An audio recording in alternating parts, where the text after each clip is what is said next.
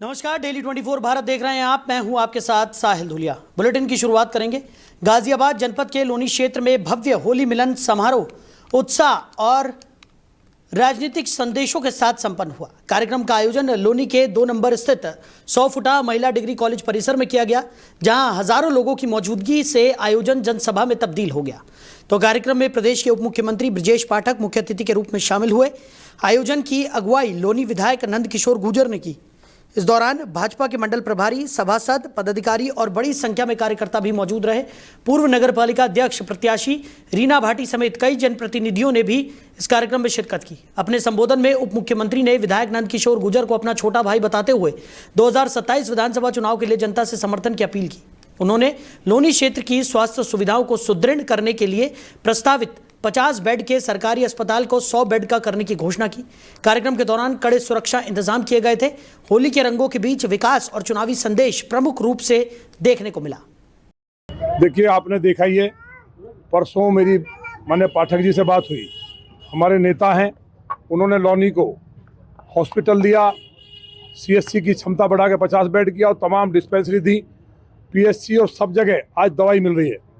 तो उन्होंने लोनी की जनता जो है, गरीब हमारे किसान मजदूर हैं, उनको जिस तरह से पहली बार मेडिकल फैसिलिटी मिली है, तो मैंने निवेदन किया कि लोनी के लोग आपका स्वागत भी करना चाहते हैं और होली का कार्यक्रम है। परसों बात हुई, लेकिन रात में लोगों ने, कार्यकर्ताओं ने, खासतौर से संगठन के हमारे जो मंडल अध्यक्ष हैं, हमारे संगठन की जिले की टीम और हमारे सभी सभासद, सभी ने अपने लोगों से संपर्क किया, फोन किए और हजारों हजार का जनसैलाब जो आपने देखा, विशेष रूप से जो माताएं जिस तरह देवी के रूप में उमड़ी है, मुझे इस प्यार से मैं गदगद हूँ। माननीय विधायक आदरणीय नंद किशोर गुर्जर जी ने विशाल होली मिलन समारोह का आयोजन किया था। ऐसे पावन अवसर पर लोनी विधानसभा के तथा गाजियाबाद के सभी भाई बहनों को होली की बहुत बहुत बधाइयाँ, शुभकामनाएं देता हूँ। नंद किशोर जी ने लोनी का बहुत विकास किया है और लोनी जी हमेशा जनता के सुख दुख में हमेशा उपस्थित रहते हैं। मैं विशेष रूप से आदरणीय नंद किशोर जी का बहुत बहुत अभिनंदन करता हूँ। देखिए, आपने देखा ही है। वहीं गाजियाबाद के अंकुर विहार थाना क्षेत्र में सलीम वास्तिक पर हुए जानलेवा हमले के मामले में नया मोड़ सामने आया है। पीड़ित के बेटे उस्मान ने भाटी बिल्डर, AIMIM नेता अजगर, अशरफ, शाहरुख और सोनू के खिलाफ नामजद मुकदमा दर्ज करा दिया है। जानकारी के अनुसार अंकुर विहार के अलवी नगर निवासी सलीम वास्तिक पर शुक्रवार सुबह अली गार्डन कॉलोनी स्थित उनके कार्यालय में 2 अज्ञात बाइक सवारों ने ताबड़तोड़ हमला कर दिया था। हमले में वो गंभीर रूप से घायल हो गए थे। उन्हें तुरंत दिल्ली के GTB हॉस्पिटल में भर्ती कराया गया। सलीम वास्तिक पर हुए जानलेवा हमले के मामले में यह नया मोड़ सामने आया। पीड़ित सलीम वास्तिक के बेटे उस्मान ने भाटी बिल्डर, AIMIM नेता अजगर, अशरफ, शाहरुख और सोनू के खिलाफ नामजद मुकदमा दर्ज करा दिया है। उन्हें तत्काल दिल्ली के, आपको बता दें कि इस पूरे मामले में जो पीड़ित हैं उन्हें GTB हॉस्पिटल में भर्ती कराया गया था, जहां उनकी हालत अभी भी गंभीर बनी हुई है। गले में गंभीर चोट के चलते उनका ऑपरेशन किया जा चुका है, जबकि पेट का ऑपरेशन किया जाना अभी बाकी है। तो परिजनों की तहरीर पर पुलिस ने नामजद आरोपियों के खिलाफ मुकदमा दर्ज कर लिया है। पुलिस का कहना है कि आरोपियों की गिरफ्तारी के लिए अलग अलग टीमें गठित कर दबिश दी जा रही है। फिलहाल पुलिस पूरे मामले की गहनता से जाँच में जुटी हुई है और हमले के पीछे की वजह तलाशने की कोशिश की जा रही है। मैं कहाँ जाना, काम खत्म हो गया नहीं हो गया, तो हम ऐसे बात कर रहे थे उनसे। तो कहा वो मोटरसाइकिल वाले दोनों उधर से आए थे और आके 10 मिनट के बाद फिर वो वापसी गए। हमने कहा यार अभी होली का आया नहीं, 4-5 दिन बाकी है, ये लोग कहाँ से होली खेल के आ गए।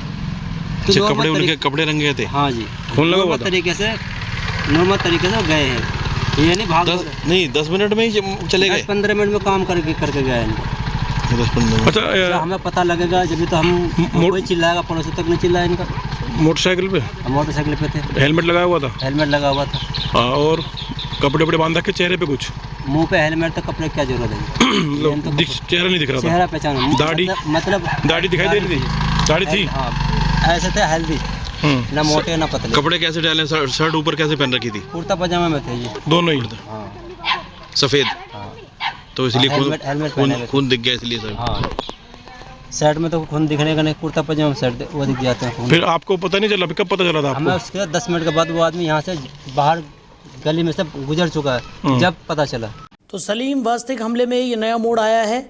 बताया जा रहा है कि पीड़ित के बेटे ने अब 5 आरोपियों पर मुकदमा दर्ज करा दिया है। बड़ी खबर आपको बता रहे हैं गाजियाबाद से ये खबर। घायल का GTB अस्पताल में इलाज लगातार जारी है। पुलिस हमले की गहन जांच पड़ताल में जुटी हुई है। तो सलीम वास्तिक पर ये जानलेवा हमला किया गया था। बताया जा रहा है कि उनके ऑफिस में 2 अज्ञात हमलावर पहुंचे और उन पर ये जानलेवा हमला किया। इसी खबर पर ज़्यादा जानकारी के साथ हमारे सहयोगी अजीत रावत हमारे साथ जुड़ गए हैं। अजीत, क्या कुछ निकलकर सामने आ रहा है पूरे मामले में?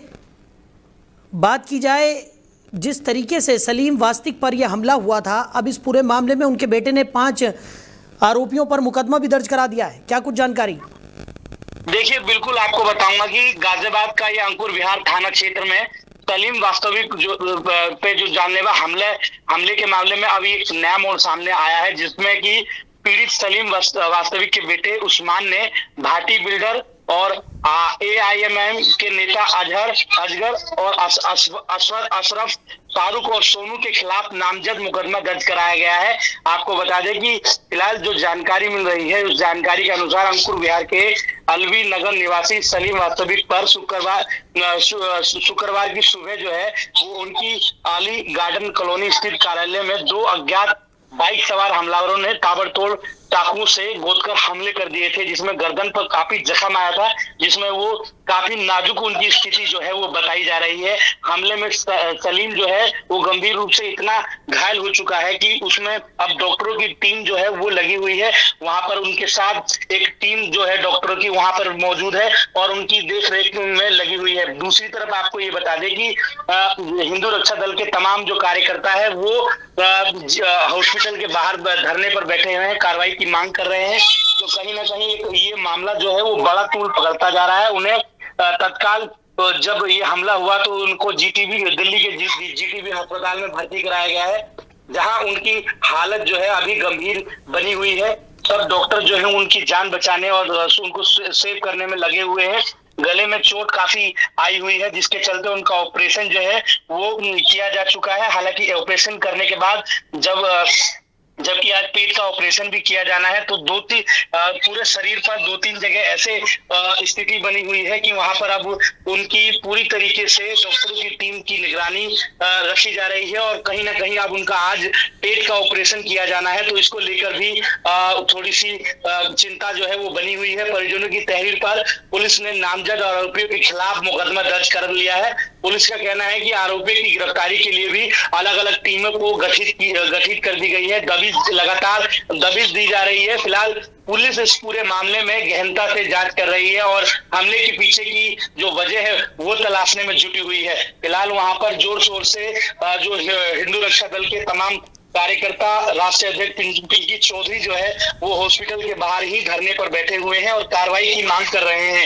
ये कहीं ना कहीं सलीम वास्तविक का जो मामला है वो तूल पकड़ता जा रहा है और कहीं ना कहीं इनके पीछे के, क्योंकि लगातार वो पूर्व में भी इस्लाम से जुड़े चीजों को निष्पक्ष रखते थे, अपनी बात रखते थे, क्योंकि वो एक्स मुस्लिम थे और उन्होंने अपना नाम भी नहीं बदला था। हालांकि इसी सब चीजों से कई लोग उनसे आवेश में थे, मतलब आक्रोश थे और इसी के साथ ये जो घटना हुई उनके साथ दर्दनाक घटना है। और कहीं ना कहीं जो मनोज तिवारी दिल्ली के जो बीजेपी के सांसद है वो वहां मौके पर पहुंचे थे और उन्होंने भी कार्रवाई का आश्वासन जो है वो दिया था, मिलने के लिए पहुंचे थे, हालचाल जानने के लिए पहुंचे थे। एक बड़ी बात है कि इस तरीके से घटनाक्रम करके वो बदमाश जो है वो फरार हो जाते हैं। हालांकि गाजियाबाद पुलिस पूरी तरीके से मुस्तैद है इस मामले में और इसमें टीमें गठित की गई है। कहीं ना कहीं अब ये देखने वाली बात होगी कि पुलिस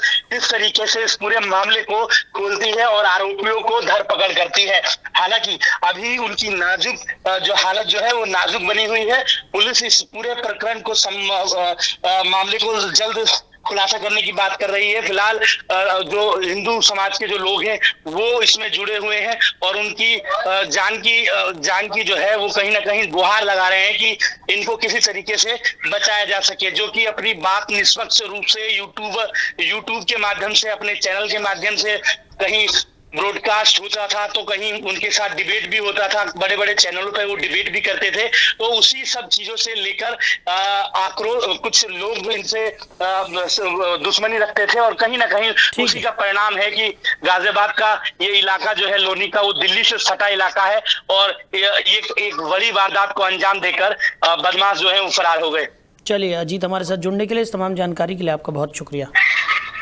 तो सलीम वास्तविक हमले में ये नया मोड़ आया है। अब उनके बेटे ने 5 आरोपियों के खिलाफ मुकदमा दर्ज करा दिया है। घायल का जीटीबी अस्पताल में लगातार इलाज किया जा रहा है।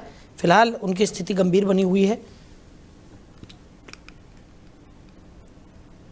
तो सलीम वास्तविक पर यह जानलेवा हमला किया गया था। उनके ऑफिस में 2 अज्ञात व्यक्ति घुसे और उन पर जानलेवा हमला कर दिया। उधर ग्रेटर नोएडा में बिना नंबर प्लेट की काले रंग की थार कार का हैरान कर देने वाला मामला सामने आया है। धूम मनिकपुर क्षेत्र में चालक ने पेट्रोल पंप से टैंक फुल कराया और बिना पैसे दिए मौके से फरार हो गया। कर्मचारियों ने मोटरसाइकिल से उसका पीछा किया तो थार सवार ने बाइक को जोरदार टक्कर मार दी। आरोप है कि टक्कर के बाद मोटरसाइकिल थार में फंस गई और चालक करीब 10 किलोमीटर तक उसे घसीटता हुआ ले गया। इस दौरान राहगीर चिल्लाते रहे लेकिन आरोपी ने वाहन नहीं रोका। घटना में मोटरसाइकिल चालक गंभीर रूप से घायल हो गया, जिसे अस्पताल में भर्ती कराया गया है। सूचना पर बादलपुर, दादरी और जारचा थाना पुलिस ने संयुक्त रूप से करीब 10 किलोमीटर तक पीछा कर थार को पकड़ लिया। रास्ते में आरोपी ने कई अन्य बाइक सवारों को भी टक्कर मारी। पुलिस ने आरोपी चालक को हिरासत में लेकर थार को कब्जे में ले लिया है। पूरी घटना सीसीटीवी कैमरे में कैद हुई है। मामले की जांच जारी है। हमारा पंप रघुनंदन प्रसाद एंड सन धूम मानिकपुर में पंप है। तो उसमें थार गाड़ी आई थी, 4000 फुल गाड़ी कराई, 4044 करीब में उसमें तेल आया है। उसमें तेल डला के बोला ऑनलाइन करूंगा। ठीक है। ऑनलाइन करने के बाद में हम मशीन जैसे लेने गए तो गाड़ी को लेकर भाग लिए। ठीक है। तो हम बाइक लेकर इनके पीछे दौड़े हैं। तो गाड़ी का नंबर नोट किया आपने? गाड़ी में कोई नंबर नहीं था। ठीक है। गाड़ी में कोई नंबर, गाड़ी का पीछा किया? गाड़ी का पीछा किया। पीछा ये बाईपास, दादरी बाईपास पे चली है। ठीक है। तो इसके सामने कई को एक मारता हुआ टक्कर मार के निकला है आगे। ठीक है। उसके बाद में इस पे तुम्हारा बाईपास धूम की चिठाड़ा पार करके मोटरसाइकिल में इसने सेलमैन को हमारे टक्कर मार दी है। तो सेलमैन आप लोग मतलब गाड़ी को पकड़ने का प्रयास कर रहे हैं? हाँ, गाड़ी का प्रयास हम कर रहे हैं, पीछे भी चल रहे हैं। सूचना तो उसके बाद में हमारा सेलमैन टक्कर मार गए। मोटरसाइकिल फंस गई गाड़ियों में। तो गाड़ी को खचेड़ते हुए 8-10 किलोमीटर गाड़ी हमारी मोटरसाइकिल खचेड़ के लाए हैं। छोलस गांव में आ गए, लोकल रोड पे कट गए हैं। आज दिनांक 27 फरवरी को थाना बादलपुर क्षेत्र के अंतर्गत एनटीपीसी कट के पास पेट्रोल पंप पर एक थार सवार चालक ने पेट्रोल भरवाया तथा पेट्रोल भरवाकर वहां से भागने लगा। पेट्रोल पंप के सेल्समैन ने उस गाड़ी का पीछा किया, जिसको आगे चलकर थार चालक ने सेल्समैन को टक्कर मार दी, जिससे उसकी मोटरसाइकिल गिर गई और वह घायल हो गया। सेल्समैन कुलदीप शर्मा को उपचार हेतु अस्पताल भेजा गया है, जो उपचाराधीन है। उसकी स्थिति सामान्य है। कार चालक हर्ष सन ऑफ मनोज, जो कि सिकंदराबाद जनपद बुलंदशहर का रहने वाला है, उसको पुलिस हिरासत में ले लिया गया है तथा उसकी गाड़ी थार को भी जब्त कर लिया गया है। अन्य विधिक कार्रवाई प्रचलित। हमारा पंप रघुनंदन। वहीं गाजियाबाद के मोदी नगर के गोविंदपुरी इलाके में 21 फरवरी को एक महिला पर कार सवार ने टक्कर मार दी थी और मौके से फरार हो गया था। तो घायल महिला की पहचान पिंकी गर्ग के रूप में हुई है। सूचना मिलने पर महिला को तत्काल अस्पताल में भर्ती कराया गया, जहां उनका इलाज जारी है। पुलिस के अनुसार पिंकी मॉर्निंग वॉक पर निकली थी, तभी यह हादसा हुआ। घटना सीसीटीवी कैमरे में कैद हो गई, जिससे पुलिस ने कार चालक की पहचान और उसकी गिरफ्तारी के प्रयास तेज कर दिए हैं। आसपास के क्षेत्रों में भी संदिग्ध वाहनों की जांच की जा रही है। पुलिस ने बताया कि पूरे मामले की गंभीरता से जांच की जा रही है और आरोपी को जल्द पकड़ने के लिए अलग अलग टीमें लगाई गई हैं। आम नागरिकों से अपील की गई है कि अगर उन्हें घटना के बारे में कोई जानकारी हो तो पुलिस को तुरंत सूचित करें। वहीं गाजियाबाद में साहिबाबाद से गाजियाबाद की ओर आ रही लिच्छवी एक्सप्रेस में अचानक ब्रेक शू चिपकने से आग लग गई। चलती ट्रेन से धुआं उठता देख यात्रियों में अफरा तफरी मच गई और तुरंत इसकी सूचना रेलवे सुरक्षा बल को दी गई। तो मौके पर मौजूद आरपीएफ टीम ने तत्परता दिखाते हुए प्रभावित कोच तक पहुंचकर आग पर काबू पा लिया। समय रहते आग बुझा लेने से बड़ा हादसा भी टल गया। घटना के दौरान यात्रियों को सुरक्षित स्थान पर स्थानांतरित किया गया और स्थिति को नियंत्रित किया गया। तो राहत की बात यह रही कि इस हादसे में कोई जनहानि नहीं हुई। आरपीएफ के एसएचओ चेतन प्रकाश के अनुसार ब्रेक शू के अत्यधिक घर्षण के कारण आग लगी थी। तकनीकी खराबी को तुरंत ठीक कर स्थिति सामान्य कर दी गई। रेलवे प्रशासन ने पूरे मामले की जांच के आदेश दे दिए हैं और भविष्य में ऐसी घटनाओं की पुनरावृत्ति रोकने के लिए आवश्यक कदम उठाए जाएंगे, ऐसा आश्वासन भी दिया गया है।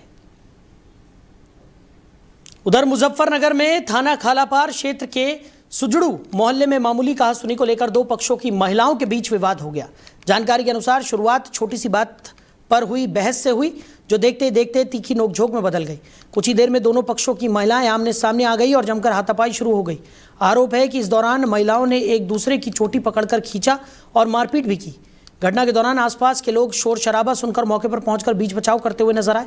स्थानीय लोगों की समझाइश के बाद मामला शांत कराया गया। हालांकि इस पूरे घटनाक्रम का किसी ने वीडियो बना लिया, जो बाद में सोशल मीडिया पर तेजी से वायरल हो गया। सूचना मिलने पर पुलिस भी मौके पर पहुंची और हालातों का जायजा लिया। फिलहाल किसी की ओर से औपचारिक शिकायत दर्ज करने की पुष्टि नहीं हुई है। पुलिस ने लोगों से शांति बनाए रखने और अफवाहों पर ध्यान न देने की अपील भी की है।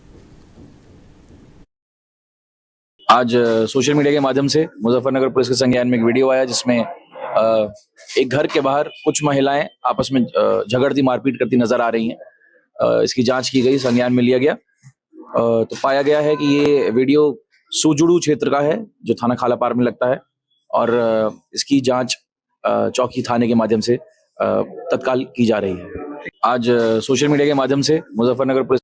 उधर मुजफ्फरनगर में पेस्टिसाइड फैक्ट्रियों पर छापेमारी से हड़कंप मच गया। प्रशासनिक टीम ने अलग अलग क्षेत्रों में स्थापित फैक्ट्रियों पर अचानक निरीक्षण किया और कार्रवाई के दौरान 7 पेस्टिसाइड फैक्ट्रियों से सैंपल भरे गए और उन्हें जांच के लिए लैब भेज दिया गया। अधिकारियों के अनुसार सैंपलों की रिपोर्ट आने के बाद आगे की कार्रवाई तय की जाएगी। जानकारी के मुताबिक चक्रधर, नॉर्दर्न, ज्योति रेड जोन और टेरा ग्रीन ब्रांड के पेस्टिसाइड के सैंपल विशेष रूप से जांच के लिए एकत्रित किए गए हैं। टीम ने 2 अन्य फैक्ट्रियों पर भी छापेमारी कर दस्तावेजों और स्टॉक की जांच की। अधिकारियों का कहना है कि गुणवत्ता और मानकों में किसी प्रकार की अनियमितता पाए जाने पर सख्त कार्रवाई की जाएगी। इस अचानक हुई कार्रवाई से फैक्ट्री संचालकों में हलचल देखी गई। प्रशासन ने साफ किया कि किसानों की सुरक्षा और मानक उत्पाद सुनिश्चित करना उनकी प्राथमिकता है। वहीं मुजफ्फरनगर में होली और रमजान के मद्देनजर शांति और कानून व्यवस्था को बनाए रखने के लिए पुलिस प्रशासन पूरी तरह से सतर्क है।